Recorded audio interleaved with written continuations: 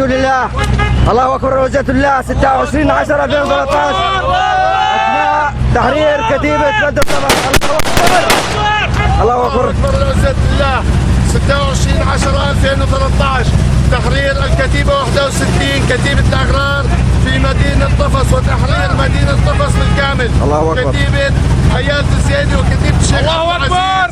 لواء الشهيد أحمد خلف التابعات فرقة مغاوي الأولى. تكبير. الله اكبر. الله أكبر. الله أكبر ولله الحمد. تم تحرير بدر طبق اللواء 61. الله أكبر. الله أكبر. بالعزيمة والإصرار. الله اكبر.